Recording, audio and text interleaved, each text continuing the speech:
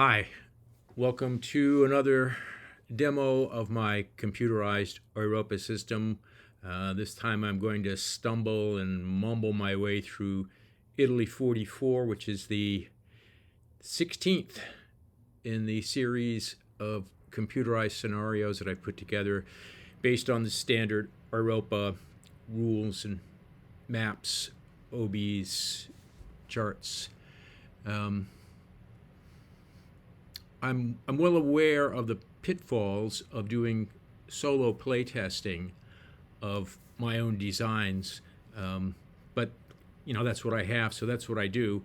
I spent a lot of time playtesting Italy44, trying to figure it out and make it work pretty well. Most of the time I ended up just bashing my head against the Gustav Line. However, a recent playtest ended up a little bit different. Let me show you the ending positions here. So mind you, this is August of 1944, and we can see that the Allies have already pushed up to the southern edge of the Alps. Now these red units, by the way, are Italian partisans, anti-Axis partisans, who started showing up in droves as soon as the Axis units started withdrawing from cities in northern Italy, and as soon as the Allies showed up there, then the partisans all come out of the woodwork and say, yeah, I'm a partisan too. But more importantly, you can see that the Allied spearheads are pushing up here. They've already gotten into some cities over here. There's not much left of the German front.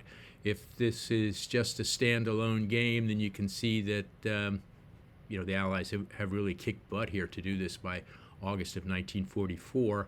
On the other hand, yeah, I'm not sure what Mark Clark and his friends are going to do when they try to actually go someplace from here.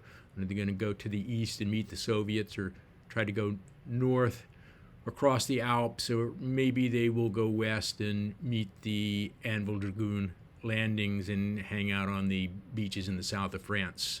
I don't know. But anyway, I thought this was a very interesting and unusual kind of an outlier of the playtesting that I did, because most of the time the Allies had to beat their heads against the Gustav Line forever and ever before they finally attrited the Axis units enough to break through and move to the north.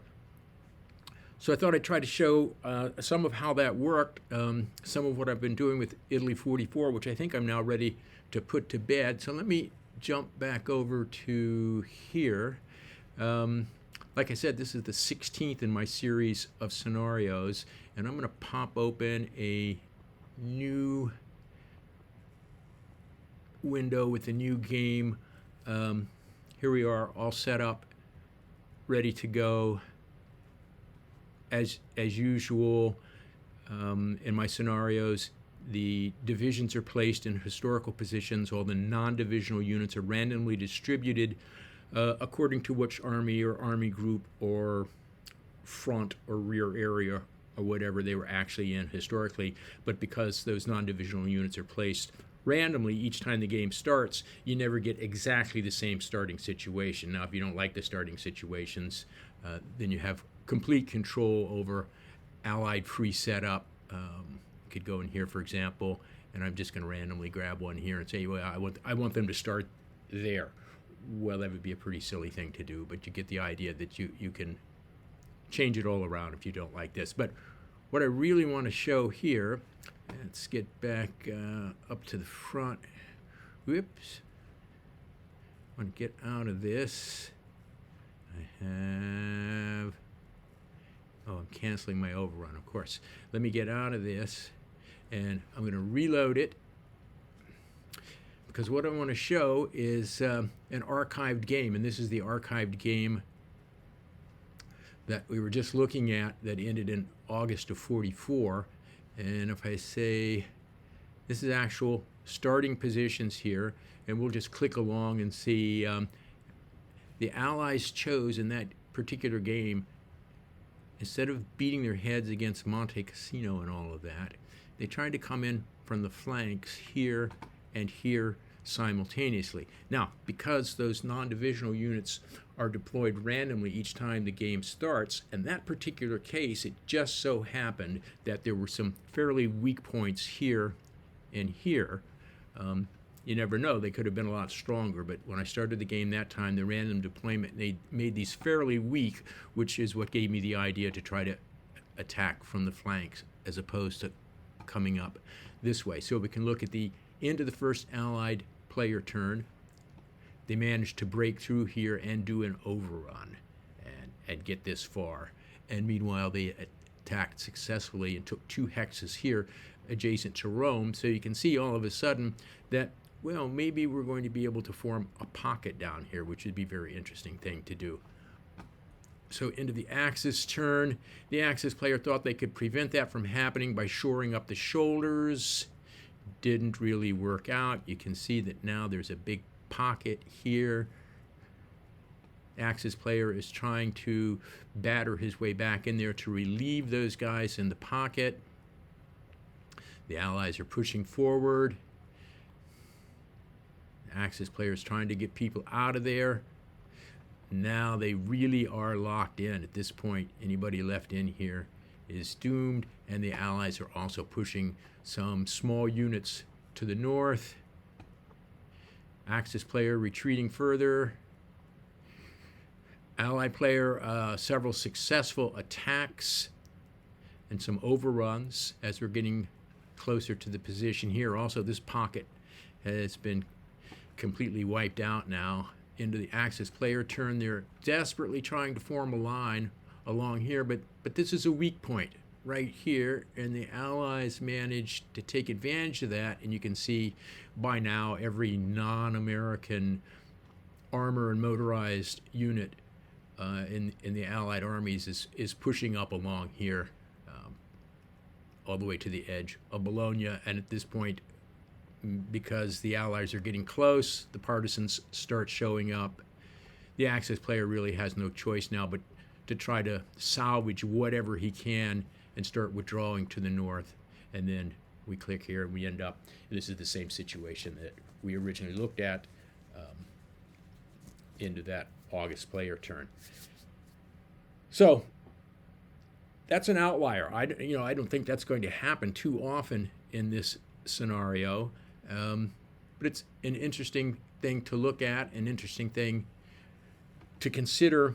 Is that a viable strategy for the Allied player to be able to attack on the flanks instead of against the main position of the Gustav Line against Monte Cassino and that sort of thing? So what I'm going to do is reload this again, and everything will be slightly different here. And I'm just going to run quickly through what happens at the very start of the game. So we have the options for the free setup. I'm not going to bother to do that right now. We'll just jump into this. And I'm just going to run through this quickly. Most of the stuff that we're going to see is sort of the preliminary administrative phases of the player turn. And I think I've already demonstrated those in other videos that I've put up. So we'll just run through that pretty quickly. If we start here, we get the information that, okay, it's May 1, 44, the weather is clear. We see all that kind of information. The Axis player is required to garrison cities in the north with certain numbers of regimental equivalents.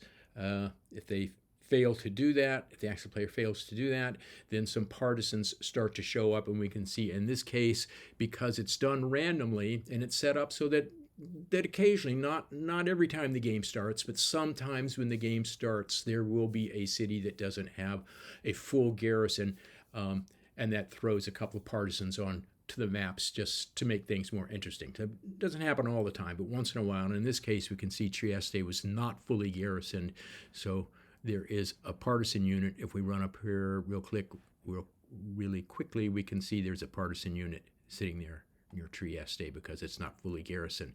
All right, so getting back down here to the main front, reinforcements, things that are coming in, supplies, air, naval, ground, and so forth. Special replacements, there are none at the beginning of the game. Here are the regular replacements. pretty much standard stuff here. There are a lot of different nationalities, and they each have their own replacement levels and what units can come back. Right now there's not much in the replacement pool, so I'm going to skip over that, telling us that once we say we're done with it, that we can't go back. We'll run up here now to the supply phase, and it is pointing out there is nobody out of supply right now. It just checked all the units on the map. Everybody's okay. This is basically for me because I am forever forgetting. I always try to trace supply from the unit to the source, and really I need to trace from the source to the unit, and it can make a big difference sometimes. So I put that reminder on there basically for me. All right, we close that. If we wanted to, we could delve into supply some more, but we'll confirm and complete it. We see this over here. Let me pull that down a little bit. The supply status report, which we won't go into right now. And then we arrive here, and this is the actual start of the movement phase of the Allied player turn for May 1, 1944. Okay, I've switched over to another tab here. The reason is that I skipped over a number of things, replacements and supplies and stuff, and I didn't want to take the time to show that again because I think I've already done all that stuff in previous demos that I put up about how they work. So rather than take the time to go through it, I've already done that in a different tab here, and I've brought the system up to the Allied movement phase for May 1, 1944, which is where the scenario actually begins. So everything is ready to go and ready to play now, with the replacements and supplies and everything taken care of without actually taking the time to show that. So here's what's going on.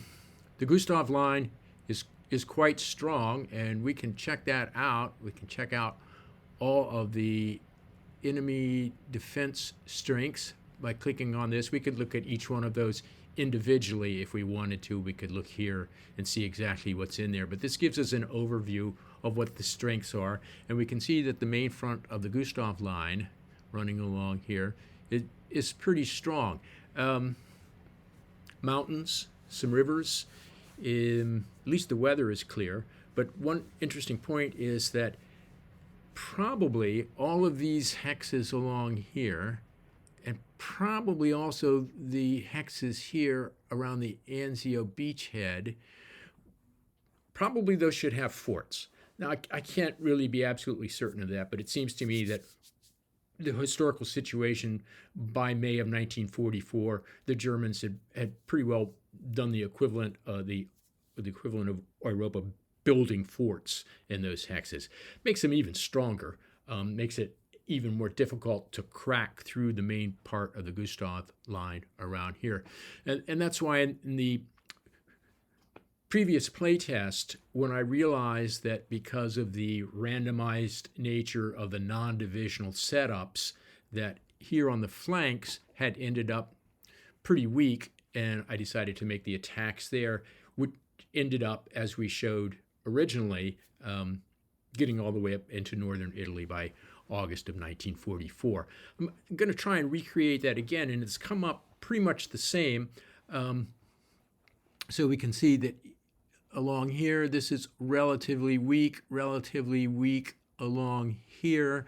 So it gives us some ideas of where we might be able to launch some attacks. Now, if we get rid of that and we take a look, just for comparison purposes, we look at our friendly attack strengths, and we can get an idea with 44 factors here.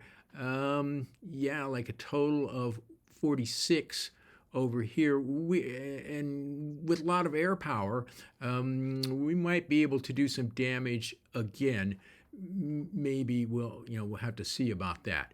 But I think it's worth attempting it, if for no other reason, to give an idea of how the scenario starts to flow and how the mechanics work and how closely we are modeling the actual Europa rule system here. There are a few changes to it, but it's quite close.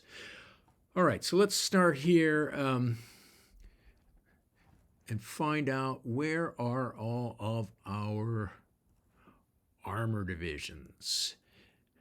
It's showing them for both sides here, but we only care about the ones that are here. And we want to get these armor divisions around the flank to start doing some damage there. So now we know where they are. And we could have checked anyway, you know, the easy enough to find out a variety of different ways. That was a quick way. Let's grab some guys from here, and we'll take, I think, anybody who's combat motorized, and let's just start with the division. All right, so we'll just take that division, and we'll click it up here. We'll merge it so all those guys are together. We'll come back here, look at some Canadians. To start with, I'm just going to get the division. I'm going to roll it over here. The Allies have some limited rail capacity, and so we will take some operational rail movement, and we'll follow the rail line up into the same hex here. Oops, and I'm clicking on the wrong guy there. Let's try this again. There we go. We'll merge them into here. We've got, what are these, the New Zealanders here. Let's bring up everybody who's combat motorized. Notice that they're in bold to help you find them quickly enough. And we'll go here, here, here.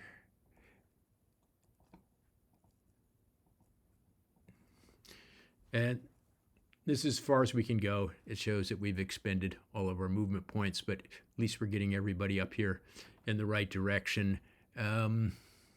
Let's look at what's going on in the front here. So we have some recons.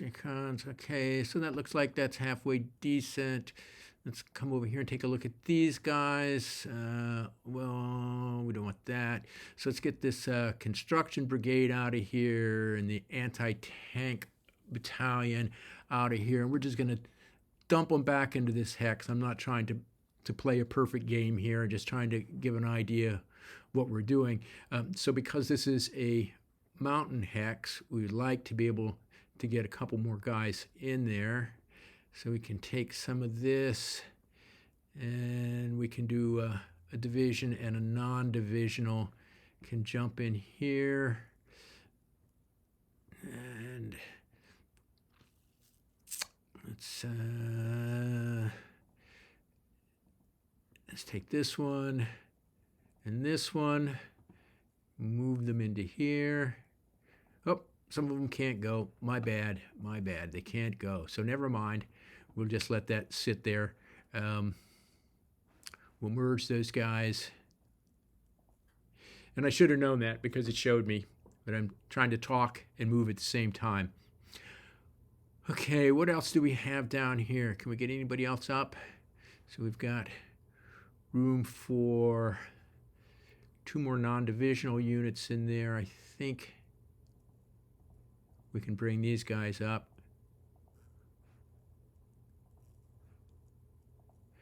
And that's just saying that I didn't have any more of headquarters of the suitable nationality, and we don't really care about that. All right, so that should fill us up. That's if we had another artillery unit, we could put it in there, but I don't think we have it here. And over here, I think 332. So they are maxed out. Nobody else can fit into that hex at this time. We could conceivably take that mortar unit out. What do we have in here? Motorized artillery. So we could shuffle them around. We could move the motorized artillery in there and get the mortars out, but I'm not going to bother to do that. That's probably enough movement for now. In reality, I would be reorganizing everybody around here, the random placement of the non-divisional units is seldom really optimized, and we could try to do that a little bit, as if I know how to optimize placement of combat units. But I think you can see what's going on. Now, we want to make attacks against this guy and probably against both of these if we bring in a lot of air power, and see if we can't start to collapse these flanks and maybe even bag some of these guys in here. We might also maybe want to make some attacks against the main part of the Gustav Line. I don't think so, because we're going to use up all the air power on the flanks. Whether we should do that or not, I'm not going to bother for this demo. We're just going to deal with the flanks. Now, the next bit here is just to help players. It doesn't change any rules, and what we're going to do can be completely ignored or completely modified, but we're going to plan some attacks. If you're just playing on a small front with a few attacks, it doesn't matter, but when you're playing my Barbarossa 41, which is fire in the east, and you need to attack all along the front there, it helps to plan your attack, so by the time your movement phase is over, you haven't forgotten what you planned previously. So the way that works is we'll go in here and we'll say we want to plan an attack against that hex we just selected with that 334th Infantry Division in it. So we will plan the attack, and we will say we want to attack from here and here. We could cancel it. We will initiate the planning, and the planning is we're going to say, of these units, which ones do we want to participate in the attack? And we want them all to participate, so we'll leave them all checked off.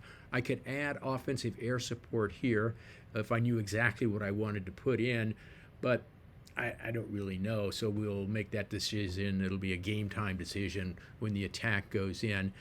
Note it's showing us that the odds are 10 to 1 there with a -1 on it. That's just an estimate because things could change between now and when we actually launch those attacks. So we'll save that plan of attack.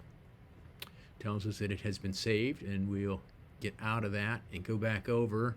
And now let's look over here. So we've got, what was it, a 7 in this one, and a 6 in there, but these guys are in rough terrain. So let's just try, say here, we want to plan an attack against that hex.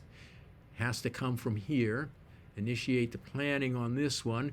So let's go in with, we'll start out by unclicking all of those and say, want this to go this division and this, and then we'll take in these extra units down here, and we'll say that we want them to go in. So that gives us a 3 to 1 barely before we add air support.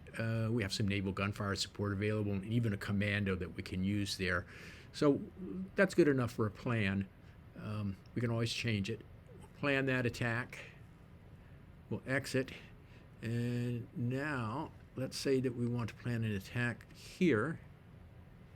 We'll initiate the planning, and we can see they're barely visible. I should probably do something to make this more visible, that these red exclamations are saying that the unit is planned in a different attack, and it's showing with the circle over there, showing the hex for which they are planned to attack. So let's try, we'll say none. Sometimes it's easier to start by saying none, and we'll pick all of these to go in. So that's giving us a 3.8 to 1 before we even add in the air power. Of course, no naval gunfire support, no commandos available here. So that's worth it, I think. We'll go ahead and save that plan of attack. It has been saved. We'll exit to get back to movement. And we could be moving all of these guys. You know, I would be reorganizing, and like I said, maybe I would launch an attack against here. But for the demo, I'm not even going to bother with that. I'm going to say I have moved enough units. I've planned my attacks. I'm going to go ahead and in the movement phase. It's going to ask me if I really want to do that. It tells me that I still have some supply points that I could distribute, but I'm going to let those slide for now. I don't really care about it for the demo. And so, okay, we're ending the movement phase. Takes us to the combat phase. So at this point, I could say, yeah, I want to launch an attack here, or I want to launch an attack over here. But I can see and optionally initiate attacks that I have already planned in the movement phase. So let's take a look at those. And here you can see by the circle that shows up over here, that's the hex that I have planned to attack. And we will see about initiating that attack. Now, this is something I do basically for playtest purposes. I am going to put an X in here, and that will mean that the Germans will randomly assign air power to defensive air support. And you can see it picked a number, and that dropped the odds down. But that number is likely to change, and it will change every time this gets reloaded. So the attacking player will never really know how much defensive air support is going to be assigned to that hex. That's something I do mostly for playtesting because it's done solo. But it's also part of one of the many things that I have done in the game to try to make things a little more randomized, a little more uncertain, so that players can never be absolutely sure about what's going on. Anyway, let's look over here. We've got a 5.8 to 1 with a -1. In my system, it's going to say that there is an 8 in 10 chance of rounding that up from a 5 to 1 to a 6 to 1. So that looks pretty good. We can throw in, what do we have down here, 75 factors.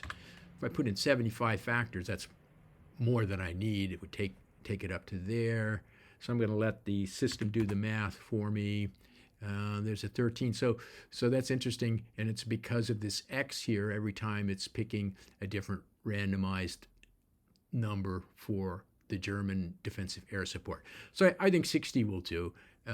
We'll find out what that air support actually is when we go in here. But I think we're ready to resolve this. So let's see what happens, and we'll see what odds we actually get and see what the results are. We'll say resolve combat. Over here, as you've seen before, if you've watched my other demos, it gives you an exact blow-by-blow account of everything that happened to calculate what are the odds, what are the die roll modifiers, what are the final odds, what are the results from the die roll. I get rid of that, and over here we can see that we got a 9 to 1.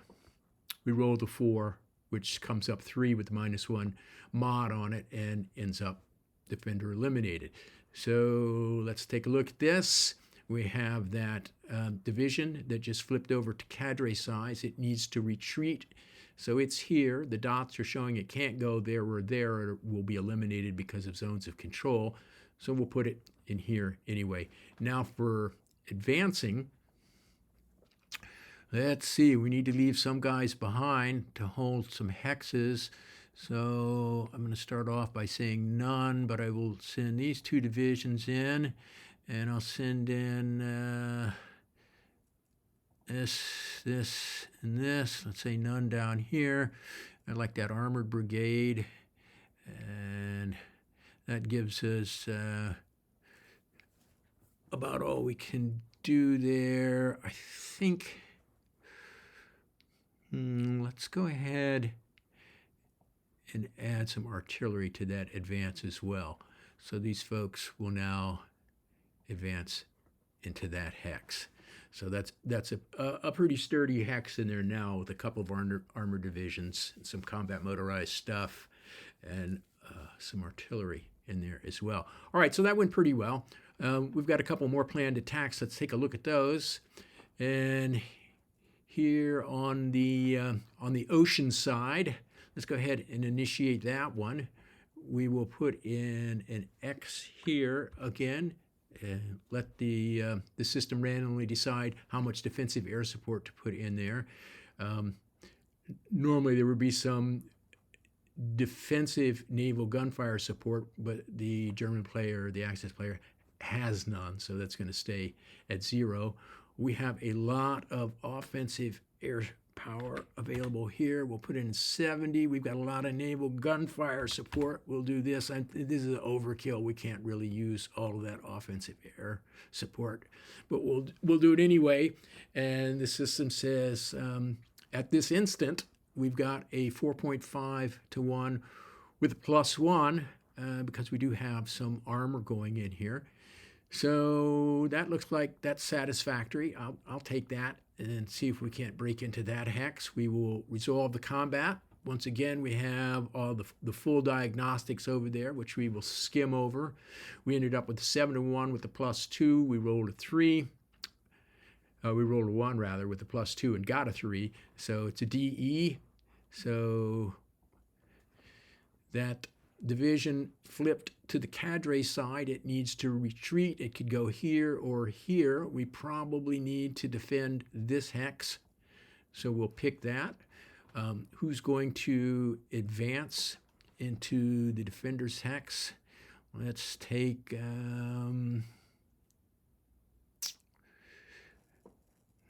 all of that. We won't take those guys. We'll leave them behind. And we'll advance here. Now we have one more planned attack.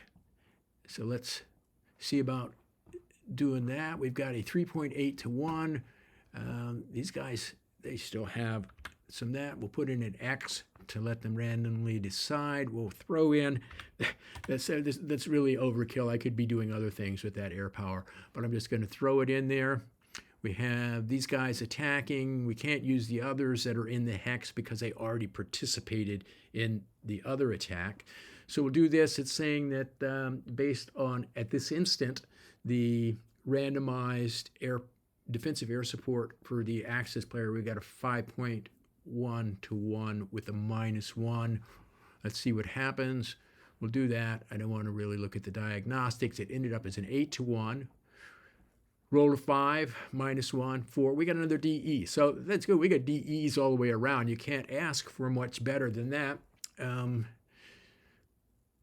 Who's going to retreat? So we have that infantry division, the 65th, that now flipped over to cadre. And we'll run it back to here. And now for advancing, I think... I don't know if I need to leave one division behind or not, and I will. That's probably being overly safe. I'll leave a division back behind in the hex in case anybody tries to attack there. So we'll conduct that advance.